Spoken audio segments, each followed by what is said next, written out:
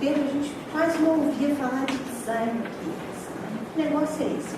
Agora, hoje em dia, quando você passa na rua, você já vê que a gente vê design de tudo. Designer de sobrancelhas, designer de não sei o quê. Tem design para tudo quanto é campo. Né? E tudo quanto é gosto. E tudo quanto é gosto também. Mas o que é esse tal desse design? Por que é tão importante essa questão do design estar aqui em Belo Horizonte? Obviamente, não é só por causa da Bienal que Belo Horizonte está sediando, né? A 4ª Bienal, né? E a primeira foi em São Paulo, a segunda em Brasília, a terceira em Curitiba, e aí logo de cara vem essa Bienal para cá. Bom, qual que é a história? Vamos começar então primeiro. Por quê? Vamos ver se eu consigo mexer nisso. A gente pode entender o que é esse tal de design. Em primeiro lugar, a gente pode pensar o design como um produto. Né? São essas coisas que são feitas aqui, que eu fiz questão de colocar só peças de designers mineiros, para vocês já começarem a perceber como Minas tem design e design de primeiríssima qualidade. Né? Algumas peças são desse moço aqui, ó. Essa daqui e aquela lá. Então é interessante a gente pensar, o design ele é um produto? É. Tudo aí que a gente está vestindo, aonde vocês estão sentando, as cadeiras que vocês estão usando, tudo isso advém de um processo de design. Então, de fato, quando a gente vê esse monte de gente que é design de uma coisa ou de outra, o design realmente ele permeia o nosso cotidiano, não é? Tudo que a gente vive, tudo que a gente usa, da máquina que vocês usam para fazer café de manhã, se for uma máquina elétrica, é uma máquina projetada por um projetista de design. Né? Se for aquele velho coador de pano, eu acho que ninguém usa isso mais não. Mas é uma primeira ideia de design, com certeza. Né? De algum lugar saiu essa ideia de se transformar esse processo de fazer o café a partir do momento que a pessoa costurou um paninho, colocou aquele araminho em volta e possibilitou que o café fosse passado assim. Né? Então, tudo isso é design. O design está nessas coisas que são tangíveis, sem dúvida, mas ele também está nos conceitos. Né? Quando eu penso assim, mas diabo, aquele negócio ali, aquele caixão de cigarro ali, né? Isso é um conceito de design. Quando eu vejo aquela moça de papel ali, a história dela é muito bacana. É a história, uma estratégia que foi pensada por um designer mineiro também, Camilo Belchior, que se chama As Damas do Ouro Castanho. Ele foi fazer o lançamento de um café fino grão, e ele precisava de fazer alguma coisa que não fosse cara, mas que fosse chamativa. E ele criou, então, com um artista plástico, essas moças aí.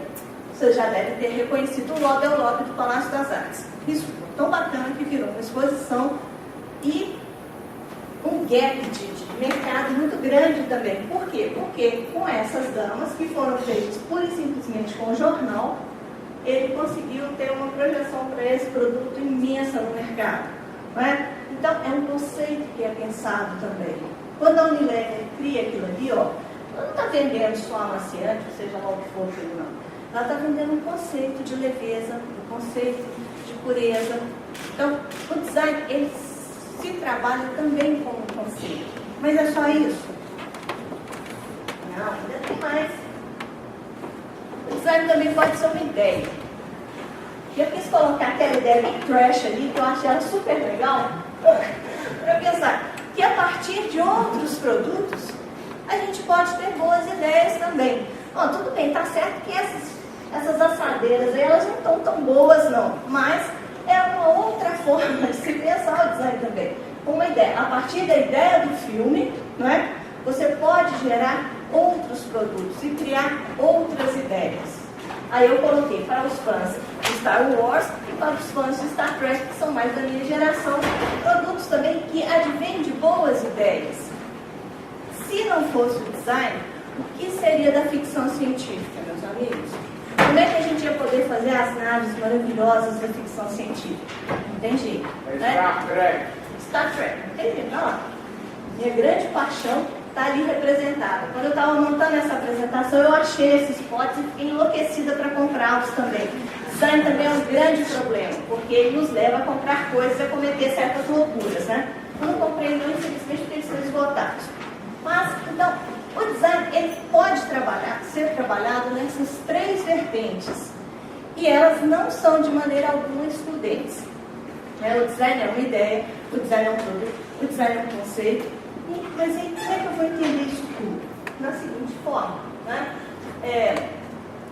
O Conselho Internacional de Design Industrial, que é um órgão, assim, o maior órgão gestor na área do design, ele então me dá essa definição de design, né? Que o design então vai ser responsável por essa concepção desses objetos, dos processos, serviços e sistemas.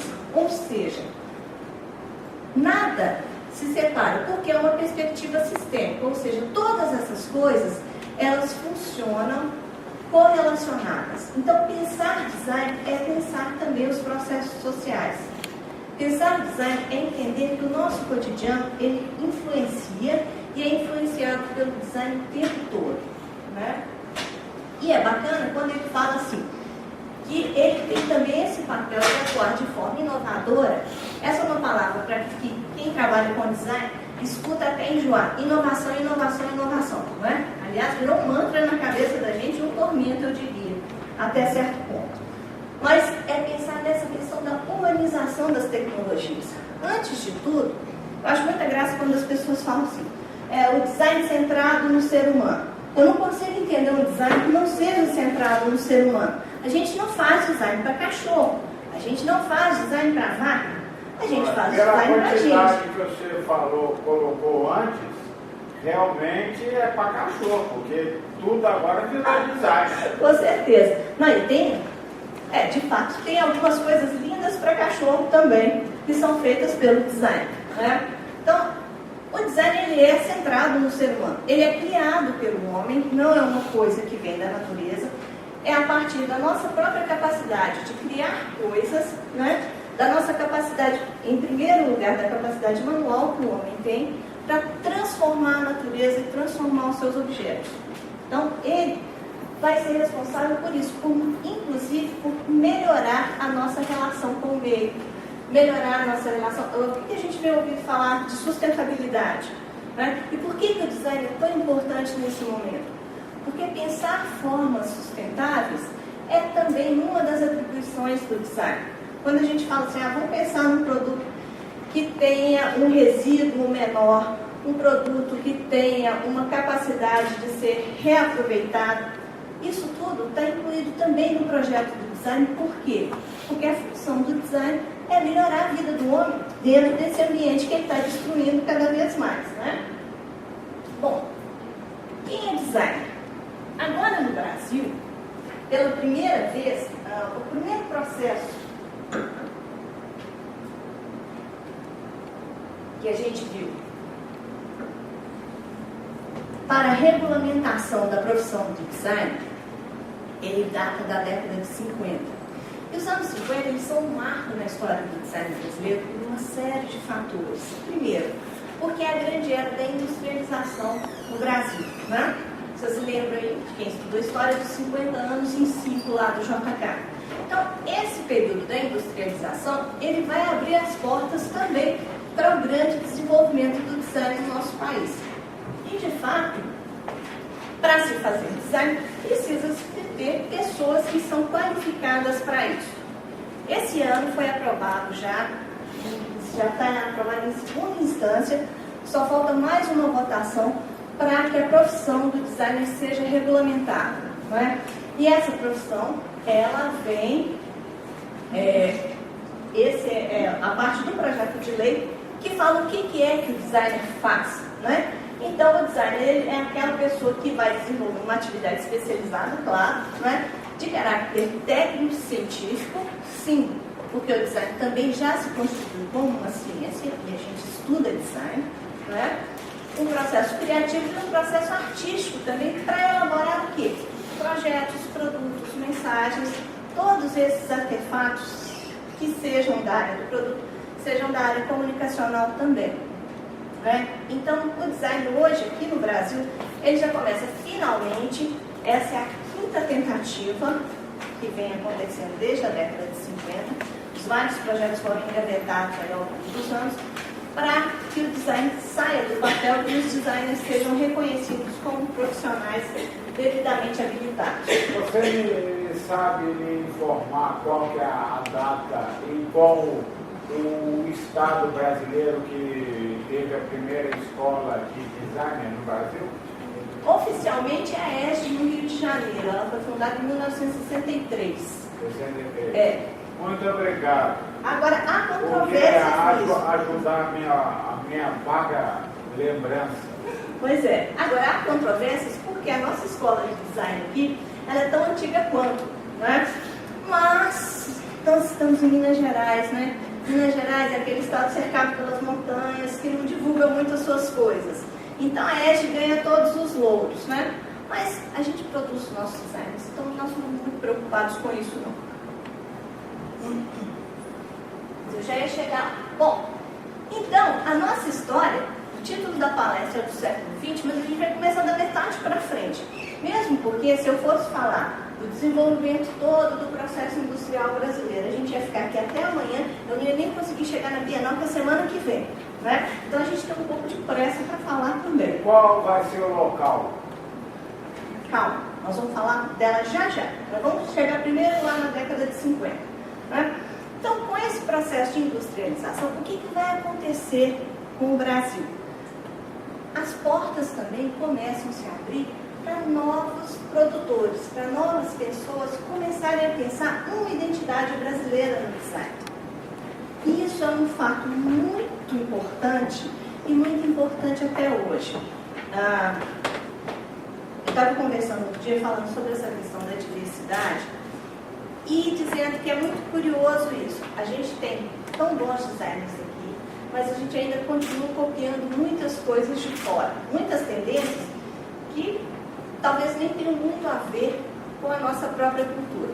Por exemplo, se eu der uma passada na Avenida Silviano Brandão ou no Ponteio lá Shopping, e eu estou falando de públicos bastante distintos, o que eu vou ver? Eu vou ver a tendência do mobiliário nude, que eu gosto de chamar do mobiliário bege. Eu detesto coisa bege. Já deu para perceber que eu sou uma pessoa muito discreta, né? Então eu detesto bege. Bege para mim é ausência. E é tudo bege. Você vai olhar de uma loja para outra, tudo igualzinho, né? O Brasil é um país colorido. Bege é uma coisa que não combina muito com a nossa natureza. Mas como é uma tendência lá fora, né? Aí vamos copiar isso. Ao invés de a gente produzir isso, ainda é muito tímida essa nossa produção, né? E esses designers aqui, eles já começaram a promover uma grande revolução na década de 50, até antes, tá? Mas vamos deixar os anos 50 como marco, porque é a partir desse momento também que se percebe a industrialização, a importância da industrialização do trabalho do design. E aí a gente vai ver já uma geração de designers que vão influenciar não apenas na produção, mas também já no ensino do design. A partir da década de 60, então, os cursos de design começam a aparecer no país de fato. Né? Na ESG, já existia também na Escola de Arquitetura da USP uma outra tendência para os cursos de design, e aqui em Minas Gerais também. E isso, no entanto, esses cursos, eles ainda traziam muito daquele repertório europeu, principalmente a visão funcionalista da escola de Ulm. Né? E isso é uma marca que ainda vai ficar muito presente até hoje no ensino do design aqui no Brasil. Essa visão funcionalista e um tanto ou quanto dura do design, que não nos permite muitos arroubos teóricos e práticos também. Mas as coisas já estão mudando, felizmente. Bom, nesse momento, então, né, os grandes nomes vão aparecer. Não esqueçam de colocar uma cadeira de um que não é designer, mas que está na mesma área, que é um arquiteto, que é a cadeira do meio, que é do Oscar Niemeyer. Por quê? Porque ela também é um grande exemplo de uma coisa que é a cara do Brasil. Né? Essas curvas do Niemeyer, elas são a cara da gente. final do século XX, aí o design já começa a ter um reconhecimento internacional. E esse reconhecimento internacional, ele vem muito pelas premiações que o Brasil começa a ganhar nas feiras no exterior. Tá? Talvez os principais nomes, aí que vocês já devem estar enjoados de ouvir, sejam os nossos amigos aí, os irmãos Campana. E eu fiz questão de colocar essa frase dos Campana, porque ela reflete um pouco do que vai ser o tema da Bienal desse ano. Quando eles falam, né, que grande parte da inspiração deles vem do olhar do cotidiano, né, do olhar das pessoas que pensam nas suas próprias soluções de design. Pessoas que pensam nas suas próprias soluções de design. O que é isso? Né? Tem uma história que eu gosto muito, que é a história do escorredor de arroz. Todo mundo em casa usa escorredor de arroz, né? A gente compra isso em loja. Pode ser de plástico, de alumínio, inox, seja lá o que for, a gente compra isso. O primeiro escorredor de arroz que foi feito por uma dona de casa que estava cansada de ficar lavando o arroz e ele ficar caindo, e ela fez os furinhos numa bacia.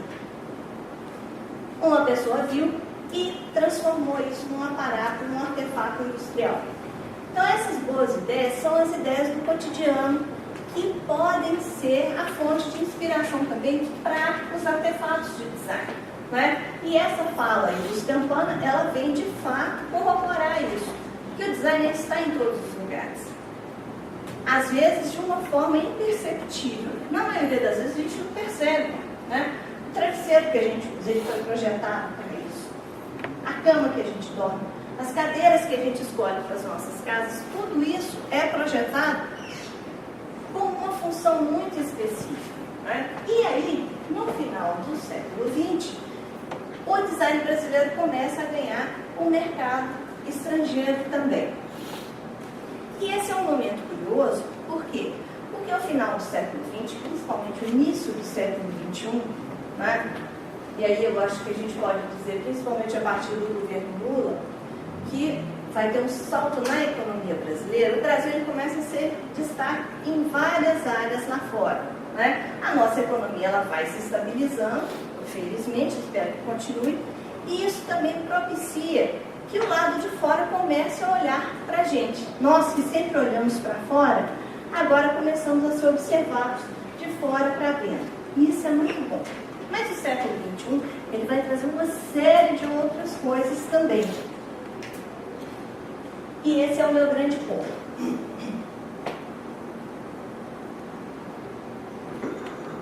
Por quê? Lembra que eu falei que o design ele nos rodeia, não é? Mas ele também interfere e ele é vítima desses processos sociais que estão acontecendo.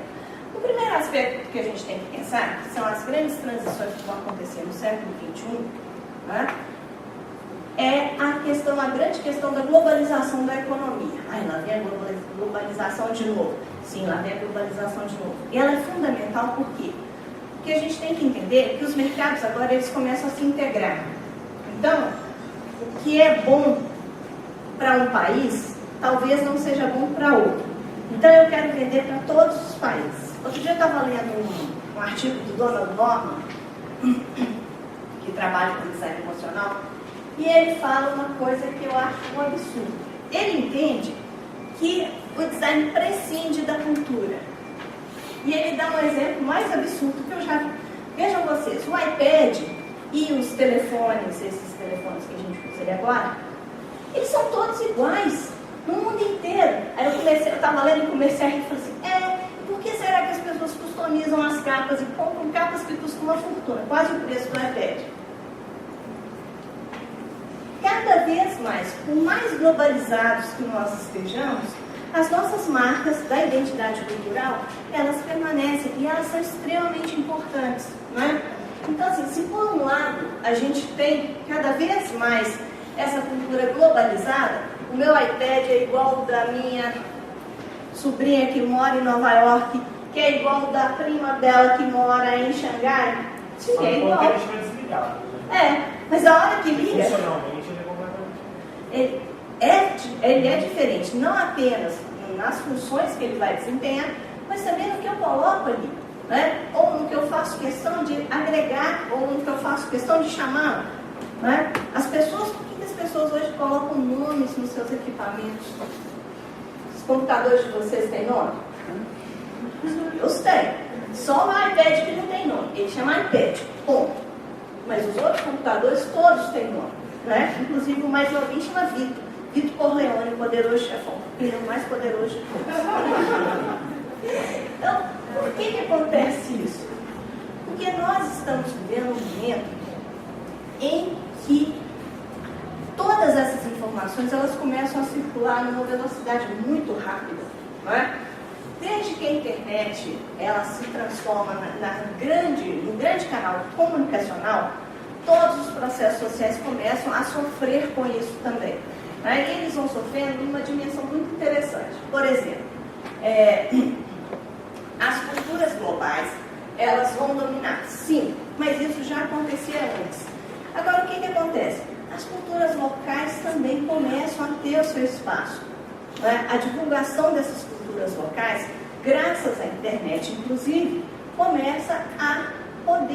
elas começam a poder circular com muito mais rapidez também. Então, hoje a gente sabe assim, mas tem diversas festas no Brasil que antes a gente nem tinha notícia. Eu estou falando do Brasil, não estou falando do mundo. Né? Por quê? Porque com o advento da internet, a gente está conectado o tempo inteiro e a gente tem notícias disso o tempo inteiro.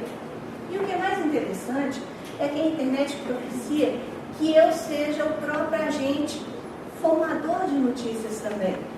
Então, tá bom, não interessa, eu posso resolver falar assim, lá na Serra da Piedade está tendo uma feira, sei lá do que é interessante, que talvez só interesse para mim e para 3 pessoas que estão lá na Serra da Piedade. Mas é o conteúdo que eu estou produzindo. E esse conteúdo ele vai estar na rede para quem quiser ler. Não é? Então, dessa forma, a informação ela vai circular muito mais rápido também.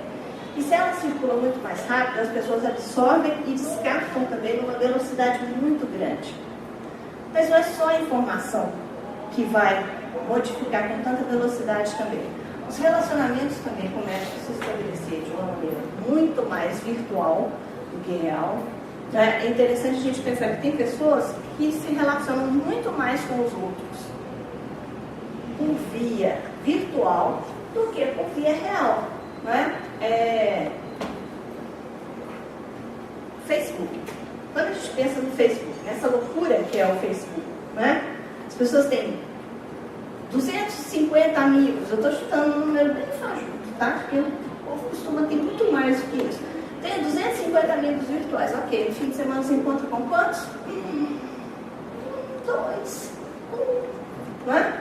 Então, assim, as relações elas vão se estabelecendo muito mais na aparência. E a gente começa a perceber também essa ascensão incrível do individualismo.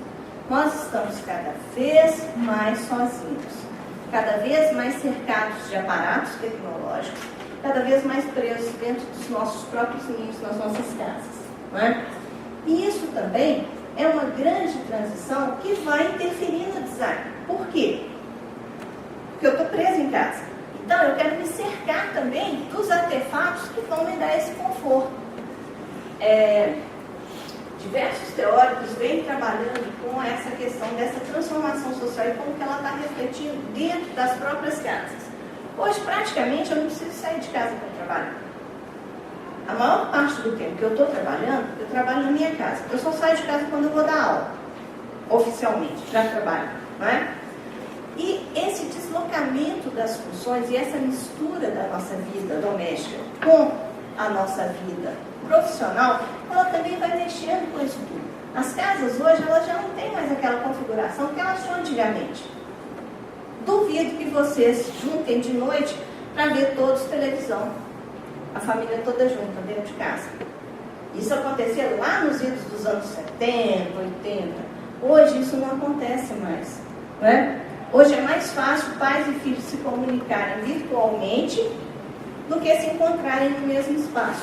Então, todas essas transformações, elas vão refletir também nos novos consumos, né? E esses novos consumos, eles já estão chegando num momento crítico. Por quê? Porque nós estamos vivendo um momento de superexposição da nossa vida privada. E essa superexposição, ela vai ter que parar no momento. Eu tenho percebido como é que isso vem modificando, já começa a se modificar. Né? Alguns movimentos que vêm trazendo retorno às origens. Se vocês pensarem nessa onda retrô que está acontecendo, vocês já viram como tudo agora é retrô? Geladeira retrô, carro retrô, né? Roupas retrô, maquiagem retrô. E se a gente for um pouquinho mais longe, algumas tradições começam a voltar também. Festas de 15 anos, festas de casamento, grupos que se reúnem para fazer tricô e crochê. Coisas assim. Meu Deus, isso está acontecendo? Tá. Isso é um fenômeno que está acontecendo no mundo todo. Não é um fenômeno localizado nem aqui em Belo Horizonte, nem lá em São Paulo, nem lá em Nova York. É um fenômeno que a gente vem acompanhando já e que talvez desde o início dos anos 2000, mas agora cada vez mais rápido, esses movimentos eles começam a aparecer. Por que isso está acontecendo? Exatamente por causa dessa superexposição da vida das pessoas. Né? A tendência retrô, e aí, mas peraí, que diabos tem a ver com design? Tudo a ver com design. Porque se eu estou falando de produtos, eu não estou falando de geladeira, de roupa retrô, de outras coisas, isso é do design. O design está percebendo essas mudanças. E ele vai produzir produtos para suprir essas mudanças também. Para se pensar nessas necessidades. Ah, ok, tá bom. Então, eu não vivenciei determinada época. Eu não tive uma geladeira vermelha que tinha aquele puxador de antigamente, né? E também pinguim em cima da geladeira. Pinguim eu tenho. Pinguim não vai, pinguim eu tenho. Mas hoje os pinguins também, eles estão vivendo um momento de revival, né? A Tox estão uns lindos, então vermelhos que são luxo. Então, o que é isso que está acontecendo? Né? O design, ele é um fenômeno social. E é imprescindível que a gente pense nisso também. Então, ele começa a trazer esses anseios sociais para dentro do próprio consumo. Quando eu compro uma geladeira que remete a uma família antiga, eu estou buscando o quê, gente? Eu estou buscando retorno a raízes, retorno a origens que de fato eu nem tive. Né? Ah, mas podia ter sido, eu posso até contar, não, eu comprei essa geladeira porque minha avó tinha uma parecidíssima. Mentira, não precisava de ter. Né? Mas eu estou criando o quê? Um laço de permanência social.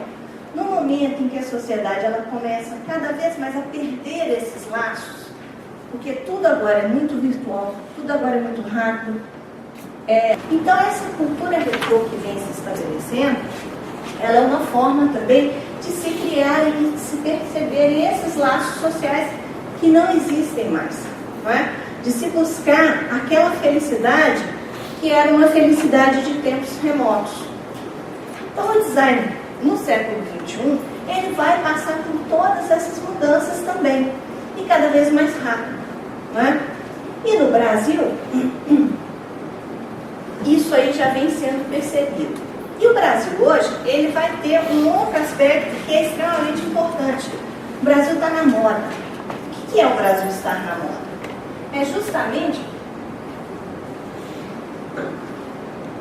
Nós temos uma economia estável no momento em que a maioria dos grandes está vivendo uma instabilidade terrível. Tá? E nós temos gente boa para exportar e nós temos muita coisa para oferecer. Então, de fato, a gente está na moda. Né? A gente não estaria na moda se a nossa inflação tivesse em 500%, né? Se o nosso governo fosse totalmente maluco, isso a gente não estaria na moda. Mas como agora, economicamente, a gente está super bem, então, de fato, nós viramos um grande foco de interesse. Né? E já que nós viramos um grande foco de interesse, é claro que o governo também vai incentivar essas ações para mostrar o nosso design para fora. Né? E é aí que a gente vai entrar, então, na grande transformação que é o design brasileiro no século XXI. Né? Por quê? Porque a gente está vendo que a gente tem um fortalecimento da nossa economia, a gente está percebendo que as classes que antes eram classes que estavam totalmente alijadas do poder de consumo, agora elas estão ascendendo a essa parcela de consumo, e o designer está começando a preocupar-se com isso também. Por quê? Porque as classes C e D, que normalmente eram classes que não podiam consumir, agora felizmente podem. E elas são o grande foco das grandes indústrias. Porque as classes médias, primeiro, elas já estão perdendo o poder de consumo. B, o que é necessário, a maioria das casas já tem. Televisão, computador, etc. No ano passado, na véspera do Natal, eu fui lá na Rua Curitiba, naquelas lojas Ricardo Eletro, para comprar uma coisa. E aí eu fiquei um tempão lá conversando fiado com a vendedora, enquanto meu marido resolvia ver as coisas que me interessavam lá, eu estava lá conversando fiado. Na verdade, eu estava estudando no lugar. E aí ela estava me contando. Eu perguntei para ela, me diz uma coisa, o que é que vocês estão mais vendendo aqui? Curitiba, baixo céu, tá? O que é que vocês estão mais vendendo aqui? Essa linha branca?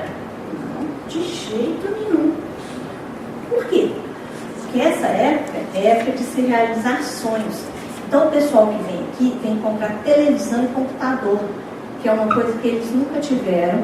Então é o sonho que eles estão realizando, de ter isso. Né? Então esse aquecimento dessas novas classes sociais, ela está mudando também o processo de produção das coisas no Brasil. Essas novas classes também consomem de maneira diferente. Também, claro, lógico. Por quê? Porque elas querem ter o celular da moda. Né? Eu não posso não ter um iPhone 5, que vai sair agora, que custa sei lá quantos mil reais, né? Mas eu posso ter um similar, aquele assim, lá do Shopping 8, né? Mas que é parecido com o iPhone 5. Ninguém vai falar que não é, mesmo porque as outras pessoas não têm, então não vai fazer tanta diferença. Né? Então esse consumo efêmero também não é um privilégio de classe, isso é um defeito de fabricação de uma coisa que chama ser humano. Né? A gente sempre quer ter outras coisas, a gente sempre quer comprar. Por quê? Porque o desejo, ele é movente. Eu comprei esse aqui agora, então não quero mais, eu quero isso. Também tenho isso, eu vou querer outra coisa. Né? Da mesma forma, essas classes, elas querem consumir, e elas não querem consumir mais coisas ditas populares. Já vendo uma pesquisa que o consumidor da classe C, agora ele já não quer comprar mais carro 1.0. Ele quer os carros 1., sei lá, de carro eu não entendo muito. Eu só achei interessante que esse carro, que é o carro padrão, né, já não interessa mais para essas classes. Por quê? Porque elas querem ascender socialmente também. Né? E isso, o design brasileiro está programado para fazer isso? Ele está preparado para fazer isso? Esse é um ponto que é necessário ser repensado. Porque as expectativas de consumo desse novo público que está vindo, elas são as mesmas? Não. Os padrões de gosto são os mesmos? Não. Uma pesquisa que eu li há um tempo atrás, eu achei muito bacana, é a seguinte: quando uma pessoa de uma classe D, por exemplo, vai comprar um sofá para a casa dela, de que cor que ela compra? Vermelho. Por quê? Porque quando chegar alguma visita na casa dela, é impossível que essa visita não veja um sofá vermelho. Porque elas têm razão, o sofá vermelho é muito bonito. Né? Eu tenho. Então, por que é que as pessoas fazem isso? Será que o design hoje está preparado para isso? Eu acabei de contar para vocês o sofá bege. Quem vai querer um sofá bege? Tem gente que quer, né? Hã? Sim, então assim, esse é o momento que o design também tem que pensar acerca disso. Né? Já que essas transformações elas estão acontecendo, então assim, vamos começar a pensar em outras alternativas. Esse consumo também exacerbado, ele vai modificar também as relações do design. Antigamente, a gente comprava as coisas porque a gente via propaganda, não é? Você já viu propaganda do iPad? Mas precisa mais do que o boca a boca? Não tem. Mais do que o boca a boca? Não tem propaganda iPad. Não precisa de propaganda do iPad. O que é que o iPad vende? Ele vende emoção, a emoção da marca. Né? A emoção de você ter uma marca que é uma marca reconhecida, que vai ser um elemento de diferenciação social. E hoje o design ele vem fazendo isso com tudo. É curiosíssimo pensar como que a propaganda agora ela vai perdendo espaço cada vez mais para o design. E eu posso falar isso sem um pingo de dó, porque a minha área de origem é a comunicação. Eu sou publicitária. Então eu venho observando isso já tem um bom tempo. Né? Como que o design ele vem tomando esse espaço da publicidade. Eu sempre brinco com os meus colegas da comunicação, ó, começa a prestar atenção, vocês estão ensinando esses meninos errado. Porque essa é uma grande transformação. Raramente, gente, a gente compra alguma coisa hoje pautado na propaganda única e exclusivamente. Nós queremos ter experiências. E o design ele fornece isso, experiência de consumo. Não é? Você chegar a pegar a coisa, você chegar ler comentários sobre a coisa, exatamente o que o senhor falou, boca a boca. E não precisa de ser um boca a boca assim, né? Um boca a boca virtual. Eu entro lá na internet, se eu quero comprar alguma coisa, eu entro na internet e vejo lá o que é que as pessoas estão falando dessa coisa. Então, a partir da experiência, também muda essa relação de consumo. E o design é muito responsável por essa grande transformação também. Aos poucos ele vem engolindo isso, justamente por causa desse grande processo que virou a internet. Né? Uma coisa está sempre atrelada com a outra. Né? E se a gente pensar nisso, o design brasileiro ele está se internacionalizando, sem dúvida. Né? A gente já tem exportado muita coisa e o Brasil cada vez mais vem investindo nessas possibilidades de exportação. Em 2006 foi feito um grande relatório sobre... Está quente demais, né? Em 2006 foi feito um grande relatório sobre o panorama do design no Brasil naquele período. E isso foi encomendado pelo governo brasileiro para se traçarem metas. Né? E essas metas, então, elas desembocaram em vários setores, e principalmente na configuração das bienais. Né? Então, a primeira Bienal ela vai acontecer justamente no ano de 2006, e ela é uma das maiores ações estratégicas do governo federal e dos governos estaduais para divulgação do design brasileiro. Por que uma Bienal é importante, gente? Porque ela vai mobilizar diversos setores da economia. A Bienal ela não é pensada só para o consumidor final, para pessoas como nós que vão lá visitar, de maneira alguma. A Bienal é pensada como um grande projeto de mostrar o que é a marca Brasil. Não só para dentro do estado onde ela acontece, mas também para fora do país. Então, as bienais elas são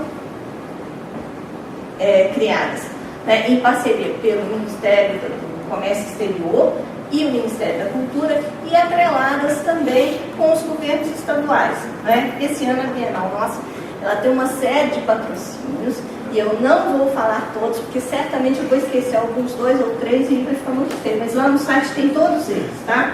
Mas ela é capitaneada por quê? Pelo governo do estado de Minas Gerais. Né? E o que a UENG tem com isso?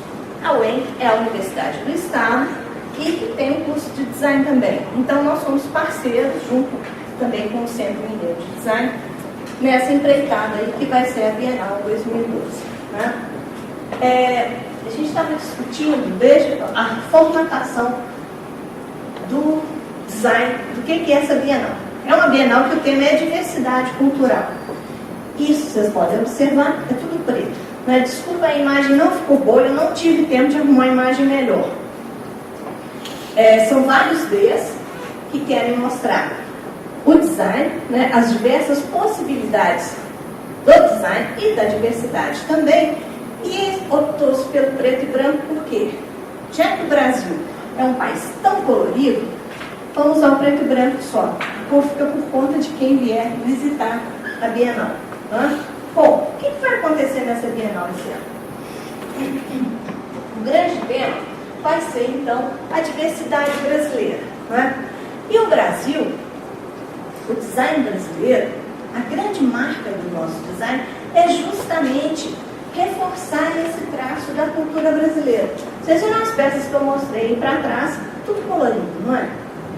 Tudo com uma característica muito forte da nossa cultura. Por quê? Porque isso é imprescindível, mostrar que nós temos uma variedade de ideias, né? E de propostas também, e de culturas também. E diversidade por quê?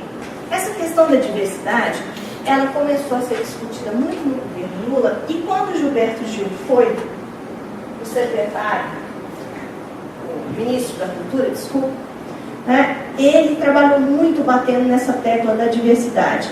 Essa fala eu peguei de um discurso que ele fez quando ele foi visitar a Colômbia. E é muito interessante ele pensar isso. A diversidade brasileira, ela é curiosa, porque vocês já repararam, às vezes numa mesma casa, as pessoas torcem para o Cruzeiro, torcem para o Atlético, torcem, sei lá, para o Vila Nova, né? Mas convivem tranquilamente. Numa mesma casa, as pessoas são de uma religião ou de outra, ou não são de religião nenhuma, e convivem assim de uma forma mais ou menos tranquila, não é? Nos ambientes de trabalho, a gente não pensa em grandes conflitos dessa natureza. A diversidade, por mais que ela tenha problemas, e a gente, é claro, eu não vou dizer que nós não temos problemas com relação à diversidade, que eu ia estar falando uma mentira de todo tamanho aqui, mas ainda assim, no Brasil, nós temos um exercício de tolerância muito grande, né? Em todos os sentidos. Claro que, vez por outra, a gente tem uma notícia horrorosa aí, mas normalmente a gente tem um nível de tolerância, e isso é o bacana na gente.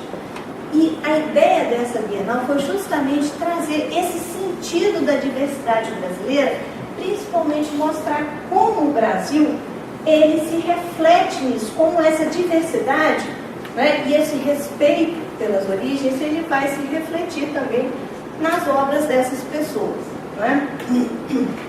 Então a Bienal, nossa, ela vai trabalhar em 3 vertentes. Uma vertente étnica, né, para mostrar exatamente as diferenças culturais que estão presentes no Brasil, felizmente, né? Mostrar também essa questão das diferenças multiculturais devidas à própria natureza brasileira, né? Que nós temos o cerrado, por exemplo, que é muito diferente da caatinga, né? As plantas que são do cerrado, elas são diferentes das plantas que são do norte do país, da região amazônica. Então, isso também é um dos focos que vai ser trabalhado na Bienal. E também a diversidade econômica produtiva, por quê? Porque a Bienal também tem um grande foco voltado para os negócios, né? A grande mostra que vai ter, que inaugura no Palácio das Artes na semana que vem, ela se chama Da Mão à Máquina. E a proposta dessa mostra é uma proposta muito legal. Por quê? Porque ela tenta ultrapassar esse campo habitual da exposição. Ela não quer ser só uma exposição. Essa exposição, que não é uma exposição, ela vai mostrar para as pessoas como são os processos de produção, desde os processos artesanais até os processos mais recentes que usam tecnologia, por exemplo, os processos de impressão rápida, e por aí vai. E o que é interessante, por que ela quer ultrapassar isso? Porque vai ser feita uma ação com escolas da rede estadual e municipal para que esses garotos visitem essas escolas, para que eles comecem a entender o que é design, né? Para que isso já seja uma cultura que comece a ser internalizada e de repente essas pessoas despertem para isso, puxa, mas eu posso fazer um curso, eu posso trabalhar um pouco com isso. Então ela tem uma perspectiva educacional que é diferente das outras edições, que se preocuparam muito mais com a questão, talvez, de negócio ou de reforçar a marca Brasil, né? Que é claro que isso aí é também do interesse da gente fortalecer a marca Brasil, é óbvio isso, né? Mas principalmente aproximar o design do cidadão comum, para que as pessoas entendam, nossa, mas isso é design? É sim, não morde. Olha só o mais legal. Bom, essa mostra aí, ela tem a curadoria da Maria Helena Estrada, que é a curadora geral da Bienal, né?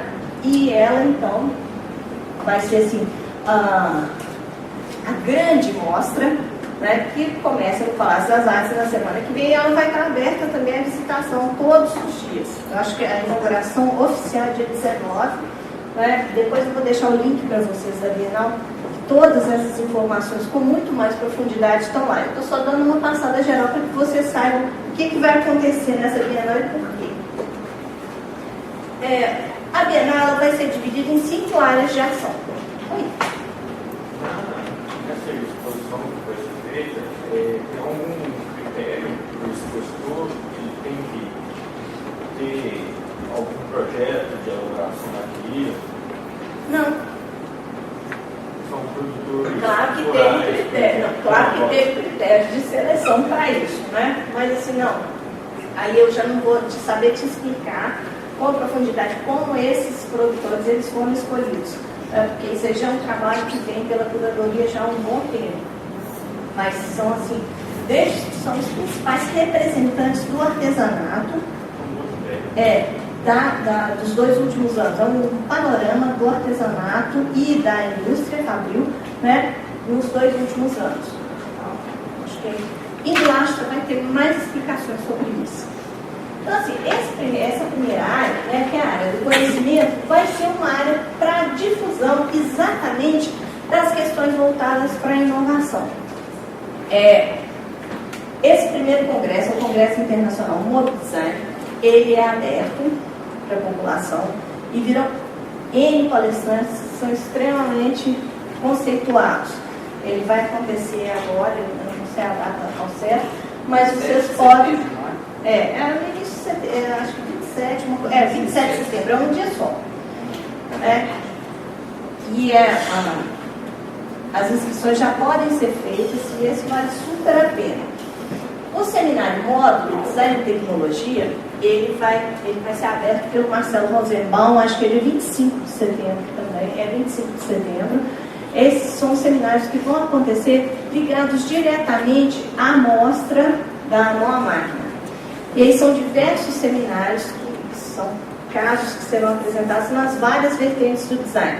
Também essas vão acontecer todas nas salas de Juvenal Dias e são abertas à população geral também. Essa ação, uma pessoa e 10 cadeiras, é uma ação que foi proposta pela FIENG, que vai selecionar alguns designers que vão fazer intervenções. E também, a partir dessas intervenções, nessas cadeiras, né, serão promovidas palestras e mesas redondas. Isso aí vai acontecer na Serraria Souza Pinto. Já as ações educativas, né, ela já tem um foco mais voltado para os alunos de 1º e 2º grau, né, do ensino fundamental e médio. Então, aí já são o programa educativo da Mostra Mão à Máquina, né, da Mão à Máquina, que é aquele programa que eu falei que as escolas vão fazer visitas guiadas, e depois essas ações.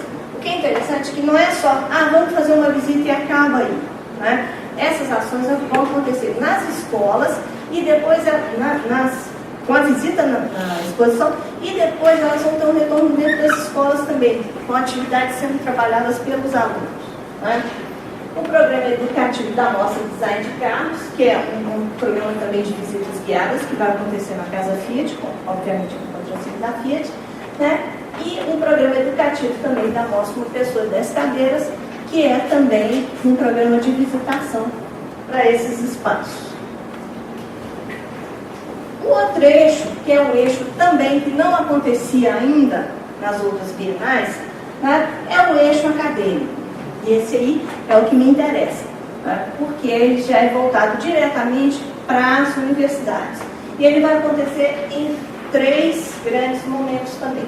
A curadoria acadêmica é do professor João de Moraes, que é colega nosso na UENG e é o atual reitor também da universidade, né?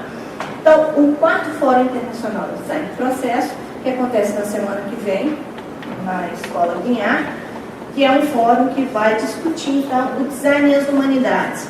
foco dele é pensar como que o design perpassa, então, essas ações do ser humano. O Seminário Internacional Design e Emoção vai acontecer também no dia 26 de outubro, né? São vários palestrantes brasileiros e de fora que vão discutir também as relações entre o design e as diversas emoções. E também o Open School é uma ação conjunta criada pela UENG, pela Escola de Design, com as diversas escolas de design de Belo Horizonte, que são cursos, serão cursos, mini cursos que vão ser oferecidos para todos os estudantes dessas escolas. A gente vai se misturar um pouco, o que vai ser muito bacana também, trocar essas experiências, não apenas para os alunos, que vai ser super bacana, mas para nós professores também. As ações de negócio, né, aí sim, já é o foco, o Brasil, para dentro do Brasil, para fora do Brasil. Né, já são ações voltadas especificamente para as empresas. O primeiro Seminário Internacional de Economia Criativa e Design é um seminário bárbaro que vai acontecer com muita gente bacana que vem falar também, brasileiros, nossa, vem indiano, vem muita gente interessante falar sobre isso. Também as inscrições são gratuitas, ele deve acontecer aqui na Biblioteca Pública, mas esses outros três não. O Projeto Comprador, as oportunidades de design nas cidades da Copa e o Simpósio de Moda já são eventos fechados para a indústria. Né? São seminários, são grandes seminários, pena que eles não são abertos para nós povos mortais, né? Porque são grandes nomes também que vêm falar para os empresários. Né? Já é uma iniciativa do governo federal para quê? Para se fazer exatamente esse fomento à exportação e para que as pessoas entendam as necessidades reais dessa exportação. Por que a Coreia ela se transformou num grande mercado exportador? Porque eles aliaram a tecnologia à cultura. Então eles não fizeram a coisa levianamente, eles pensaram nesses dois fatores. Né? E talvez o grande ponto nevrálgico da nossa produção seja exatamente isso, ter competitividade em termos tecnológicos aliado à nossa grande cultura, que é a ferramenta de divulgação da nossa produção. O design começa a existir como design, Sim. Não tem como a gente separar uma coisa da outra. Né? A tecnologia da cultura. Por isso que eu brinquei essa fala do Norman, que eu acho assim, um absurdo, né? Um cara que se diz um pensador falar uma coisa dessas. Que é imprescindível que a cultura seja essa marca. Né? E a marca brasileira, ela de fato começa a ser percebida com mais intensidade. Então esse é o grande momento do design. E para a gente é mais interessante ainda, porque Belo Horizonte está sediando tudo isso. Né? Essas mostras vão acontecer e aí tem uma série de eventos paralelos, que são as ações de número 5, que eu nem listei, porque são tantas, vão acontecer em tantos lugares. Eu chamaria a atenção da mostra do Café com Letras também, que já é uma mostra tradicional na área do design, que vai acontecer e já estão com as inscrições abertas, inclusive. Tá? Então, assim, dê uma olhada lá, porque é muita coisa bacana que vai acontecer. Bom, esse Seminário Internacional de Economia e Criatividade e Design vai ser na sede do Sebrae? não, vai ser aqui na Biblioteca Pública. Que dia? A data eu não vou lembrar. Eu sei que tem que fazer inscrição pela internet. É só o senhor entrar no site do Sebrae. Pode entrar também direto no site da Bienal, que aí tem todas as informações lá com telefone, links de contato, etc. Está tudo no site da Bienal. Que é esse aí que vocês vão ver com todas as informações. Né? A minha sugestão é assim, se puderem ir em tudo, vamos, porque vai ser muito bacana. Na quarta-feira é a abertura oficial do Palácio das Artes e na quinta-feira vai ter a entrega do prêmio Sebrae, né? E vai ser também um evento muito bacana, aberto também para a comunidade. Quando eu digo aberto, claro, geralmente a maioria desses eventos precisa de uma inscrição, mas são inscrições feitas via internet também. Esse é na nossa, eu acho que assim, vai ser um evento que vai movimentar a cidade. E eu espero que mude um pouco o conceito de design. Que as pessoas comecem a perceber que design é muito mais do que aquilo que a gente acha que assim, é para vender, é uma coisa para vender. O design é um modo de ser e é um modo de ver o mundo. Tá? Muito obrigada. O meu contato está aqui. Quem quiser me mandar e-mail, pode mandar que eu respondo, tá? Muito obrigada.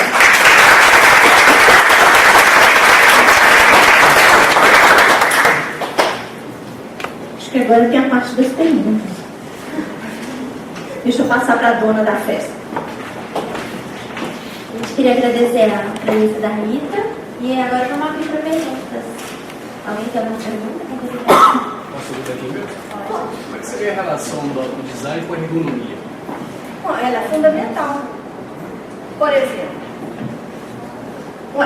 se não existisse a ergonomia, como é que a gente ia poder pensar o design? Né? Cada vez mais o design ele abre esse campo da ergonomia. Inclusive, né, áreas específicas de estudo da ergonomia já vem entrando no design. Eu fico vendo na educação física, na fisioterapia, né, eles têm essas disciplinas específicas. E o design ele vem se apropriando disso também. Né? Nós temos uma série de estudos, é impossível separar uma coisa da outra. Por que essas cadeiras elas são bonitas e são boas de sentar? É a ergonomia que dita isso. Né? Então, assim, pensar no design para determinados produtos sem ergonomia é praticamente impossível.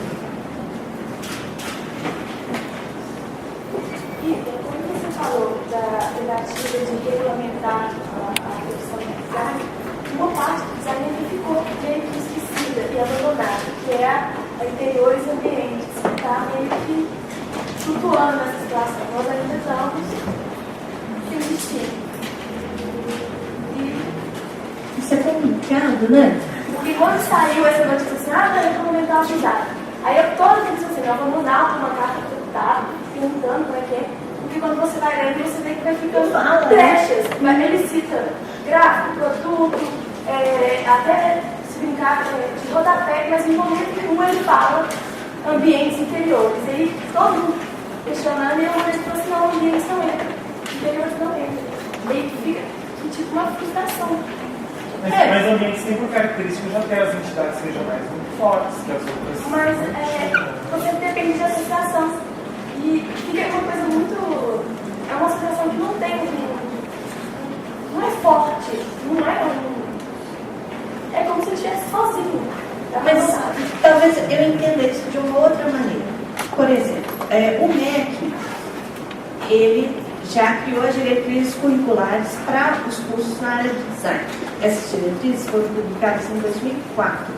São as diretrizes que a gente usa no avaliador do MEC, que a gente usa para fazer os processos de reconhecimento de curso. Né?